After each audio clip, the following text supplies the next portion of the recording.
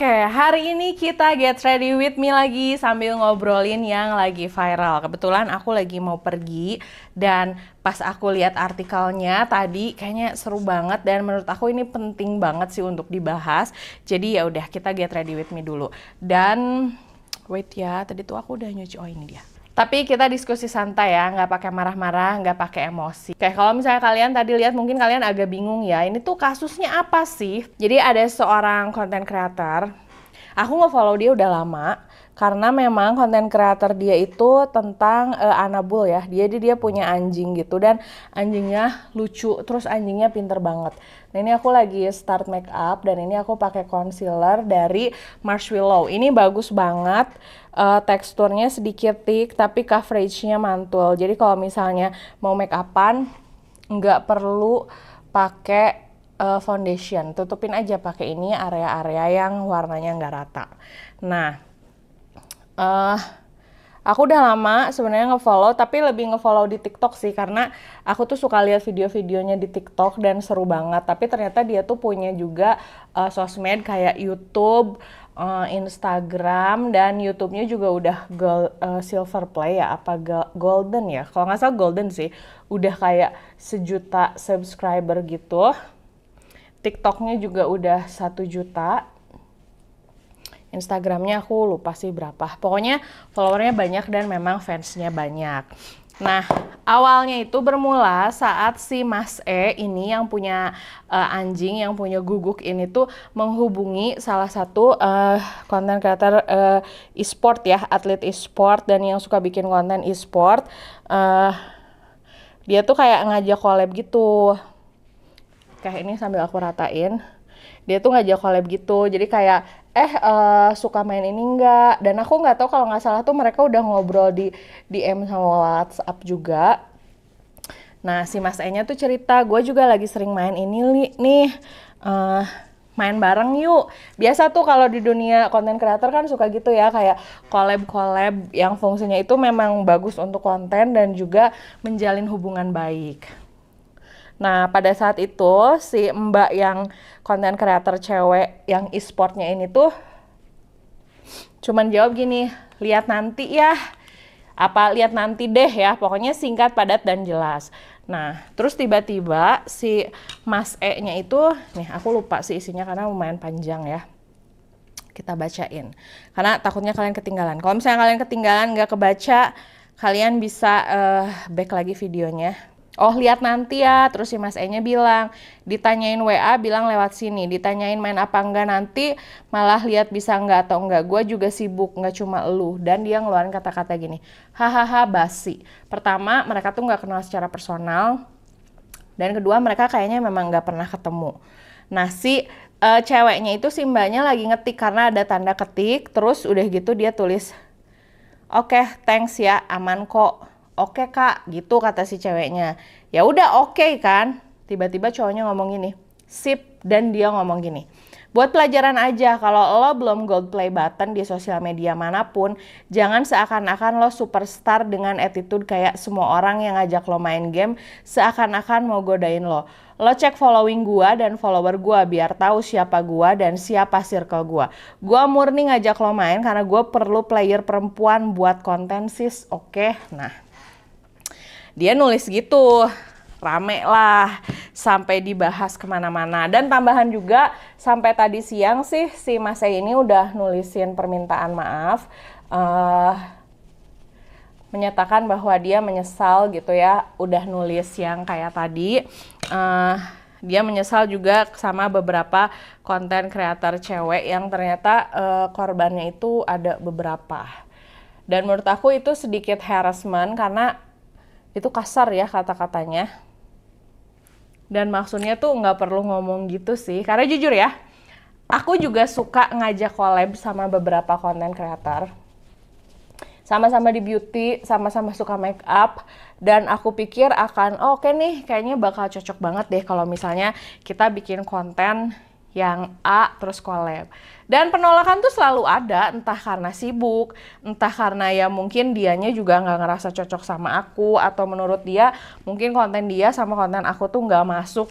Bisa berbagai macam faktor. Tapi dengan orang nolak bukan berarti aku langsung ngomong kan, lo tuh gini ya, jangan, enggak kan, ya cukup aja, oh mungkin orangnya memang sibuk, atau oh mungkin orangnya memang nggak mau, ya udah skip, cari orang lain, nggak perlu sampai ngomong gitu.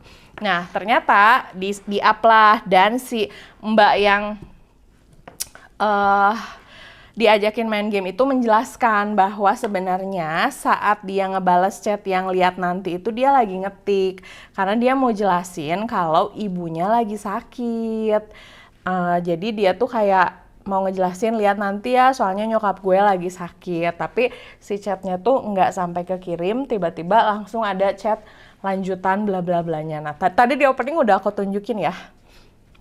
Nah terus udah gitu, nah karena yang aku perhatikan kalau e-sport itu kan komunitasnya deket banget, dan orang-orangnya tuh kayak benar-benar tergabung dalam komunitas yang banyak gitu ya orang-orangnya. Nah, di-up lah, dikasih tahu apa yang terjadi di sini.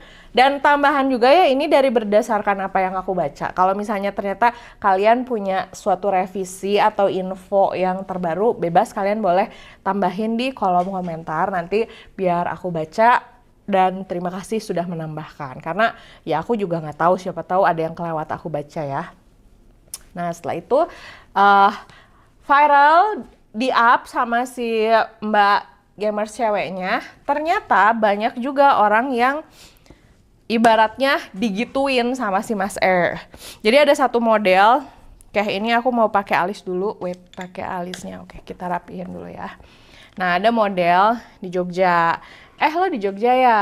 Terus udah gitu, iya, terus dia ngajakin foto, udah sampai ngebahas soal outfitnya. Oh iya, outfitnya casual aja ya, gini-gini, gue pengen foto begini-begini, foto yuk gitu. Nah, si mbaknya ini kan model ya, dan pekerjaannya menjadi model. Pada saat ngobrol, ternyata aku lupa namanya, pokoknya si mbak model ini ngeluarin red card. Kalau mau foto segini, red cardnya segini ya. Nah, buat kalian yang belum apa-apa udah, gila ya si mbaknya matre banget, atau misalnya ya itu kan ngajakan collab, enggak kayak gitu. Aku juga beberapa kali ketemu orang atau content creator yang pada saat diajak collab dia ngeluarin red card.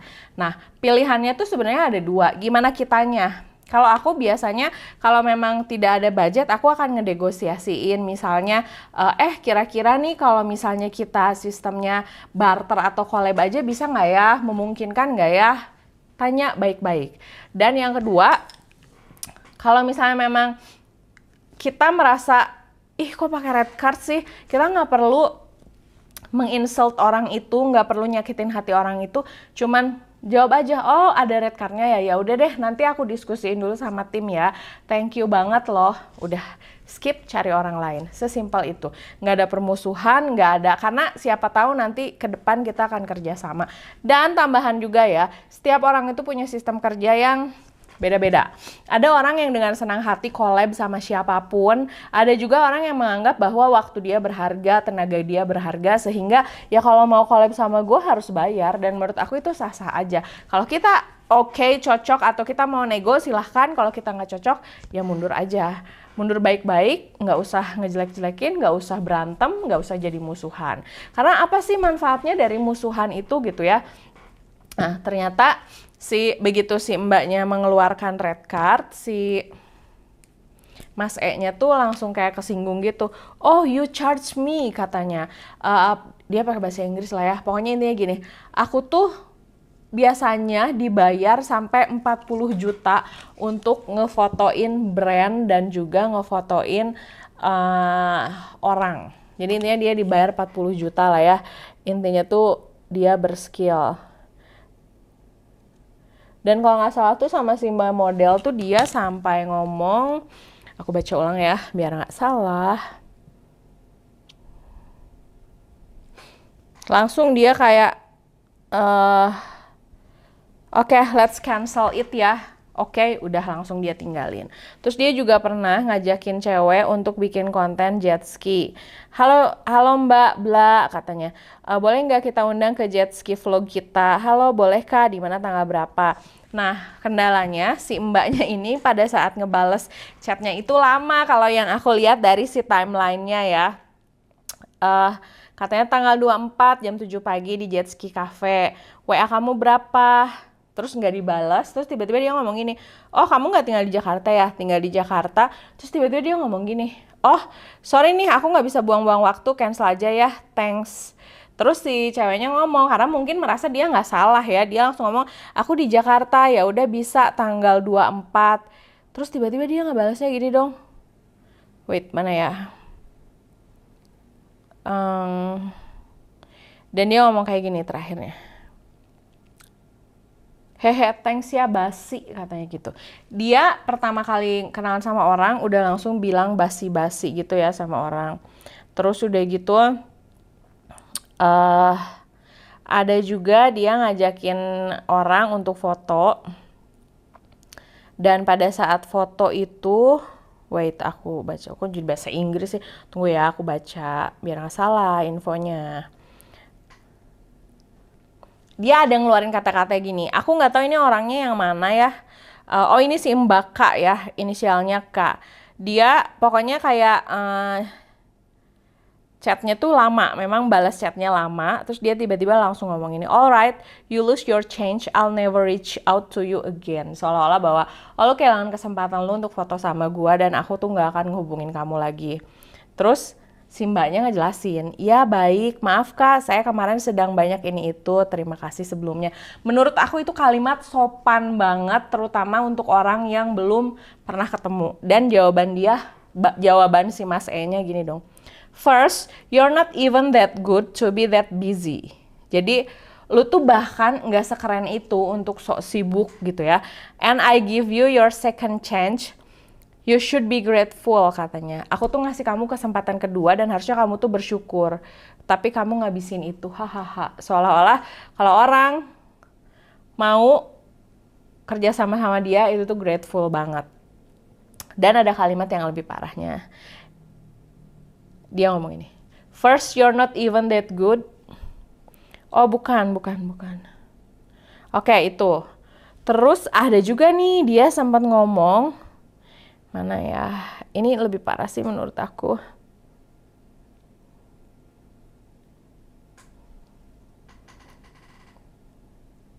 Jadi kalau yang ini aku rada kurang ngerti, cuma intinya gini ya.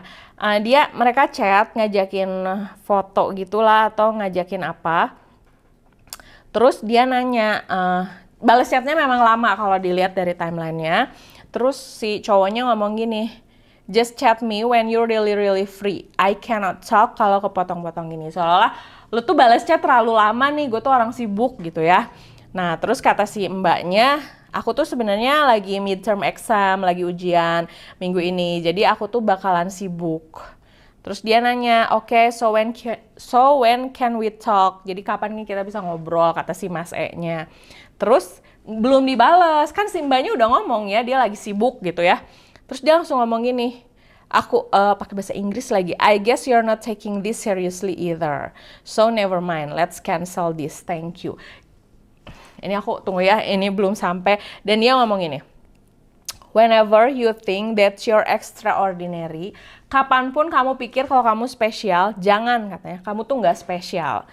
There is so many more people better than you in faces and attitude. So next time you wanna work or collab with someone, mind your attitude. Jadi dia tuh seneng banget ngomongin ke orang kalau orang lain tuh nggak punya attitude, orang lain tuh nggak take it seriously, orang lain tuh nggak menghargai dan selalu ngomong nggak beretitude, nggak punya etos kerja yang baik. Padahal menurut aku justru kalau dilihat dari chatnya tuh maaf banget ya si masnya. Menurut aku tuh dia yang agak-agak aneh dalam hal ngechat. Karena aku pun mau menceritakan ya pengalaman aku saat aku mau collab sama beberapa orang. Perjalanan untuk collab itu bukan perjalanan yang mudah. Berapapun subscriber kamu, berapapun follower kamu.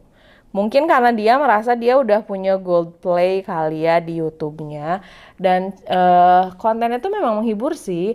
Dogi-doginya tuh lucu banget, anjing-anjingnya tuh. Dan aku tuh suka sama anjing-anjing gede kayak gitu.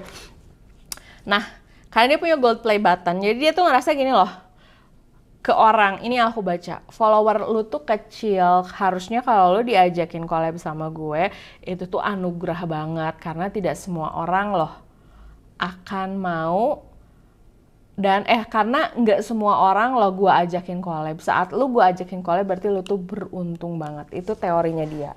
Dan menurut aku tuh it's another level of star syndrome. Dan reminder juga buat kalian, siapapun kalian, punya duit berapapun kalian, punya follower kalian, sama seperti si emasnya tadi bilang ke orang lain, harusnya tuh punya attitude. Jadi harusnya yang ngomongin attitude tuh ya ke dia sendiri, bukan ke orang-orang yang diajakin collab. Dan yang aku perhatikan semuanya itu awal masalahnya selalu saat dia ngechat lawan bicaranya itu. Jadi kalau si Mas E-nya ngechat misalnya, "Hi Jikli, how are you? Aku mau dong bikin make up, bikin collab face paint yuk," misalnya gitu. Terus misalnya aku lagi syuting gini nih, ini chatnya nggak aku balas dong, karena kan lagi syuting nggak main handphone. Nah dia tuh langsung tersinggung dan dia ngerasa langsung kayak, wah nih orang nih nggak punya attitude nih, malah nggak balas chat nih, wah parah nih orang, nggak tahu diuntung, padahal gue punya gold play nih, gue ngajak lu collab nih. Nah mungkin seperti itu. Aku benerin alis aku dulu ya. Dan dari kata-katanya juga gitu sih. Apalagi pada saat yang dia pertama chat itu kan ibunya lagi sakit. Dan tambahan juga ya, aku tuh jadi content creator juga, walaupun aku belum punya golden play button, aku punya pengalaman collab entah di Instagram, entah di YouTube dengan beberapa orang. Namanya karakter orang tuh macam-macam. Aku nggak akan bilang orang tuh si A jelek, nggak. Itu tuh karakter beda-beda. Ada orang yang memang ekstrovert, senang collab, senang ketemu orang baru. Tapi banyak juga yang introvert yang mungkin mereka nggak nyaman untuk collab sama orang yang nggak pernah mereka temuin, atau yang memang basically nggak mau aja. Dan penolakannya macam-macam. Ada yang bilang sibuk, ada yang bilang, tapi kan nggak perlu serius-serius amat sampai kayak marah gitu loh. Menurut aku sih gitu. Kalaupun memang kita punya dendam karena kita ditolak, menurut aku sih seperti yang si Mas E bilang tadi, justru harusnya punya attitude. Dia nyuruh-nyuruh orang punya attitude, tapi kok dianya sendiri attitude-nya gitu sih, sok-sok kayak dia yang paling terkenal. Dan yang paling bikin ilfeel-nya itu ya, saat dia bilang, lu cek following gue, lu cek follower gue, silver play, dan cek juga circle gue. Maksud aku kayak, ya ampun, di saat hari gini semua orang tuh mengkampanyekan jangan terlalu edik lah sama follower, jangan terlalu edik lah sama like dan sebagainya, malah itu yang dia gadang-gadangkan ya. Nah ini aku mau pakai eyeshadow, ini dari They Talk About yang Glide On Eyeshadow. Ini lagi jadi favorit aku karena ini tuh gampang banget pakainya, tinggal dipakein di seluruh kelopak mata, terus tap-tap pakai jari udah selesai. Tapi aku mau pakai dua eyeshadownya, mau pakai ini dan nanti pakai Bare and Bliss blush on di atasnya, supaya si mata sama si alisnya tuh warnanya nyambung ya. Gampang banget, cuman diginiin doang tuh. Kayak krayon yang ditempelin di mata. Terus si glitternya juga ada glitternya gitu kan, cantik banget. Dan ini cocok untuk semua jenis kulit, semua warna kulit maksud aku. Udah gini doang, terus aku ratain. Iya, jadi gitu. Dan ternyata pada saat pertama kali speak up tuh banyak juga akhirnya yang ngomong kan, iya. Nah, aku tuh ngeliat juga di salah satu akunnya atlet e-sport juga cewek, dan dia tuh nge-share katanya tuh, wah gila sih ini korbannya makin banyak katanya yang pernah digituin. Dan menurut aku kata-kata yang dia keluarin itu rada kurang sopan ya, maksudnya untuk orang yang eh, belum pernah ketemu. Dan si mbak yang pertama yang bilang lihat nanti itu tuh sempat disalahin karena diomonginnya gini, ya kamu salah sendiri, udah tahu di chat baik-baik sama orang, jawabannya cuman ya lihat nanti. Oke, sekarang logikanya buat aku gini, hanya dengan orang ngechat kamu ya kali nanti dan kita merasa itu inappropriate gitu ya, maksudnya itu kasar, ih gak sopan banget, bukan berarti kita bisa menyakiti orang itu lebih parah lagi. Kita kan hidup nggak pakai sistem balas dendam ya, tapi kita hidup ya berusaha menjadi lebih baik. Nah ini aku mau pakai kayak blush on, party blush yang Sparktacular. Ini aku waktu itu kemarin beli ruby red, warna itu agak-agak orange gitu, kayak peachy gitu, dan menurut aku bagus, jadi aku beli. Nah ini aku pakai aja di atasnya untuk ngasih warna transisi dan supaya nanti si eyeshadownya matching sama blush onnya.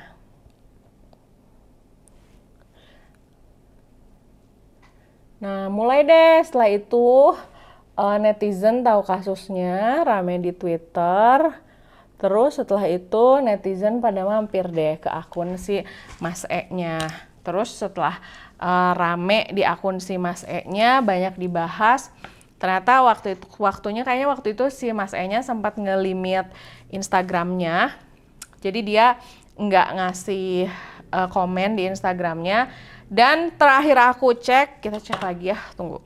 Terakhir aku cek si Mas E ini tuh sebelumnya kan jadi ambasador beberapa brand gitu ya. Di bio-nya juga ada brand apa, tapi berikutnya udah udah enggak ditulis lagi kalau dia jadi brand ambasador bla bla bla nya. Nggak ada tuh. Sedih sih menurut aku. Dan beberapa brand yang pernah dia endorse pun kayaknya kena getahnya karena netizen tuh jadi kayak marah gitu loh. Tuh yang lo jadiin brand ambasador, jadi marah-marah gitu. Dan beberapa brand juga jadinya tuh ngelimit komen di akun sosial media mereka karena ikutan diserang juga sama netizen. Nah pelajaran apa sih yang bisa diambil jadi gini ya dari kasus ini?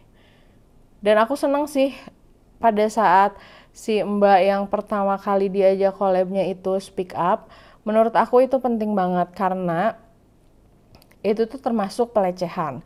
Buat kalian yang belum tahu pelecehan itu apa, pelecehan itu adalah di saat seseorang melakukan sesuatu dan kita nggak nyaman. Contoh, limit pelecehan itu bisa beda-beda. Misal nih aku ketemu orang, terus orang itu megang bahu aku, hanya nggak melecehkan, cuman kayak Ri atau Jigli. Nah di detik itu aku ngerasa gak nyaman nih sama orang itu bisa aku tuntut karena pelecehan, karena buat aku itu gak bikin aku nyaman. Tapi kalau kalian nyaman gak apa-apa. Nah pada saat si mbak yang pertama kali cerita itu kan dia gak nyaman karena dia diomongin masalah golden play dan segala macam. Bahkan ada yang sampai dibilang you are not good, apa sih? You are not that good to be busy. Maksud aku gini loh, emang hanya gara-gara kamu punya subscriber juta-juta yang bisa sibuk tuh kamu doang? Kan enggak ya. Karena kan orang-orang itu juga sama. Mungkin aja ada yang jadi content creator merangkap sebagai ibu rumah tangga, sebagai mahasiswa yang harus ngerjain tugas, atau bahkan konten kreator yang nggak punya asisten, jadi semuanya harus dikerjain sendiri, jadi mau nggak mau agak repot ngurus ini itu. Kan setiap orang beda-beda gitu. Jangan langsung kayak hanya gara-gara kamu punya silver play, subscriber atau follower TikTok kamu 1 juta, lalu kamu merasa bisa seenaknya sama orang. Itu lebih jahat sih menurut aku. Padahal sayang banget loh, aku suka lihat konten-konten dia sama anjingnya gitu. Kalau dulu tuh ada anjingnya yang pertama kali aku lihat di TikTok, tapi sekarang udah meninggal anjing yang itu, dan sedih banget waktu si anjingnya meninggal tuh. Nah sekarang tuh dia lagi ngerawat si anak-anaknya yang anjingnya dulu meninggal. Nah terakhir sih waktu aku cek dari si mbak yang pertama kali dia chat itu udah nge-repost permintaan maafnya. Dan Aku juga nggak tahu sih ya. Oh bentar, udah nge-repost permintaan maafnya. Terus katanya kita menghargai permintaan maaf yang sudah kamu buat. Tapi mohon maaf, postingannya nggak bisa dicabut. Postingannya nggak bisa diturunin karena memang ibaratnya tuh lo udah nyakitin hati gue lah gitu. Bu, ini ada kotornya nih di sini. Gara-gara kegesek tadi. Ya. Tapi jujur ya, kalau zaman sekarang, aku kalau sama sosial media atau misalnya mau ngetik atau misalnya mau ngechat orang, itu aku pikirin banget loh. Karena saat aku ngetik, pertama, yang harus kalian hati-hati itu, kalau kita ngetik orang tuh nggak tahu nada kita ngomong tuh gimana. Dan aku tuh selalu make sure kalau misalnya aku menyampaikan sesuatu, aku selalu ngasih emot senyum, emot love, emot happy, biar orang tuh nggak salah bacanya. Karena bisa aja di saat aku bilang gini, misalnya ada yang gini, Say, boleh nggak aku pinjem brush kamu, atau misalnya, Say, boleh nggak aku pinjem apa ya, yang suka aku dipinjem misalnya, hair dryer deh. Say, kamu punya hair dryer brand A ya? Boleh nggak aku pinjem dulu 2 hari karena aku butuh misalnya. Terus aku jawab gini, bisa. BISA titik.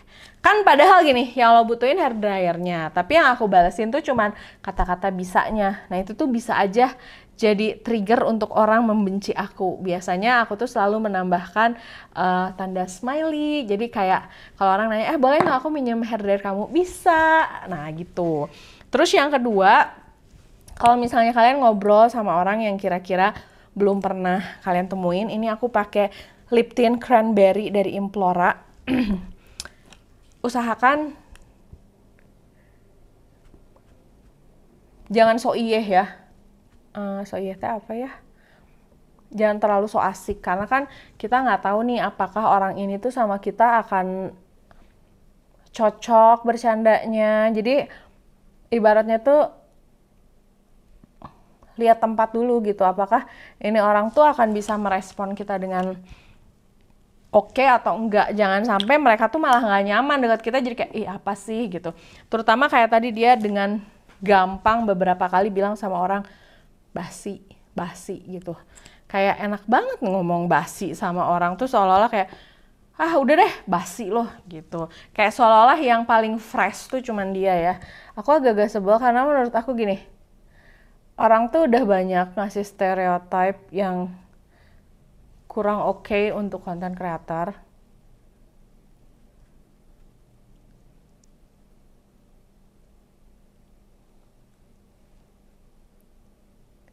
Padahal tidak semua konten kreator kayak gitu loh. Aku banyak banget ketemu konten kreator yang sudah senior, yang subscribernya udah banyak, yang followernya udah banyak, tapi baiknya luar biasa. Kayak mereka tuh bener-bener humble banget, bener-bener mau ngajarin. Bukan yang punya